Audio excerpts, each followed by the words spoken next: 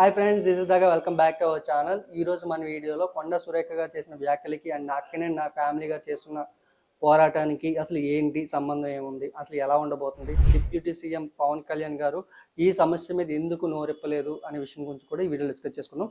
And ఇంతవరకు మన ఛానల్ని సబ్స్క్రైబ్ అయితే లాస్ట్ దాకా చూడండి, నచ్చితే మాత్రం ఖచ్చితంగా సబ్స్క్రైబ్ చేయండి. ఓకేనా? ఇక వీడియో స్టార్ట్ చేద్దాం. అండ్ ఫస్ట్ ఆఫ్ ఆల్ ఏంటంటే రాజకీయాలకి సినిమా ఇండస్ట్రీకి మోస్ట్లీ చెప్పాలంటే వీళ్ళిద్దరికి సంబంధం ఉండదు మోస్ట్లీ చెప్పాలంటే. ఎందుకంటే ఒకవేళ రాజకీయాల్లోకి ఎవరైనా సినిమా వ్యక్తులు కానీ వస్తే వాళ్ళ గురించి అయితే నెగిటివ్గా మాట్లాడుకోవడం, విమర్శించుకోవడం ఇలాగే కామన్ అనమాట. సార్, ఎలాంటి రాజకీయాలకి సంబంధం లేని ఒక నక్కినేని గారి ఫ్యామిలీ మీద కొండా సురేఖ గారి కామెంట్ చేయడం అనేది ఇండస్ట్రీ మొత్తం కూడా చాలా ఐక్యమత్యంగా ముందుకైతే నిలబడదు అనమాట.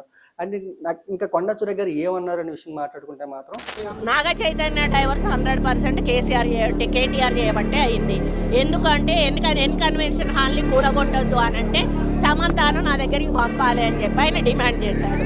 సమంత గారిని వెళ్ళమని చెప్పి నాగార్జున వాళ్ళు ఫోర్స్ చేశారు. అండ్ ఈ విషయంగా మాట్లాడుకుంటే మాత్రం కొండా సురేఖ గారికి అయితే ఈ వ్యాఖ్యలు చేయడం అనేది నిజంగా చాలా అంటే చాలా దారుణం అని చెప్పొచ్చు. ఎందుకంటే తెలుగు ఫిలిం ఇండస్ట్రీలో చూసుకున్నది ఈ మధ్య కాలంలో చాలా కేసులు అయితే ఉన్నాయన్నమాట. అండ్ మోస్ట్లీ చెప్పండి Jani master case and Harshasai కూడా తెలుగు ఫిలిం ఇండస్ట్రీ లెక్క వస్తారు. ఎందుకంటే తను కూడా ఏంటంటే మూవీ చేస్తున్నారు అనమాట. సో ఈ విషయం కూడా మనకు మాట్లాడుకుంటే మాత్రం ఇలాంటి ఇష్యూస్ల మధ్యలో ఈ విషయం రావడం అనేది చాలా మంది అయితే సహించలేకపోతున్నారు.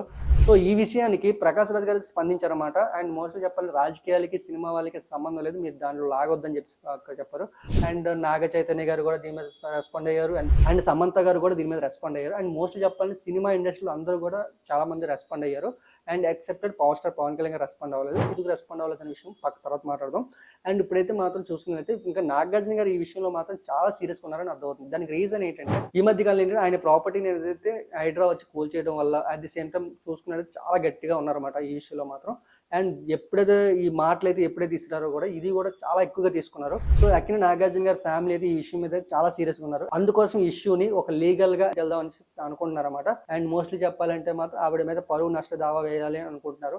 అండ్ మినిస్టర్ కాబట్టి ఆ కేసు నిలబడదా అనే విషయం పక్కన పెట్టుకుందాం. బట్ వీళ్ళైతే పోరాడడానికి అయితే నిజంగా ధైర్యంగా ఉన్నారు. అండ్ ఈ విషయానికి deputy CM power star Pawan Kalyan గారు ఎందుకు స్పందించలేదు అనే విషయం మాట్లాడుకుంటే మాత్రం ఖచ్చితంగా నేను అనుకుంది ఏంటంటే న్యాయపరంగా విశ్లేషణ మాత్రం నేను అనుకుంది ఏంటంటే ఈ మధ్యకాలం చూసుకున్నైతే బ్లడ్ ఇష్యూ మాట్లాడిన తర్వాత అయితే ప్రకాష్ రాజ్ గారు అండ్ ఇలాంటి వాళ్ళందరూ కూడా స్పందించారన్నమాట. అది కూడా వేరేగా స్పందించారు. అండ్ ఈ విషయానికి కానీ చాలా ఎక్కువగా ఉన్నారన్నమాట. అండ్ ఇంకా తెలుగు ఫిల్మ్ ఇండస్ట్రీ అందరూ కూడా మనం స్పందించినప్పుడు మనం కూడా అవసరమా అని అనుకున్నారేమో కానీ బట్ ఈ విషయం మాత్రం స్పందించకపోవడం అనేది నిజంగా దారుణమనే చెప్పాలి. ఎందుకంటే పవర్ స్టార్ పవన్ కళ్యాణ్ గారు ప్రతి చిన్న విషయానికి కానీ లేదంటే ప్రతి దానికి కూడా ఆయనైతే వాయిస్ అనేది రేజ్ చేస్తారు.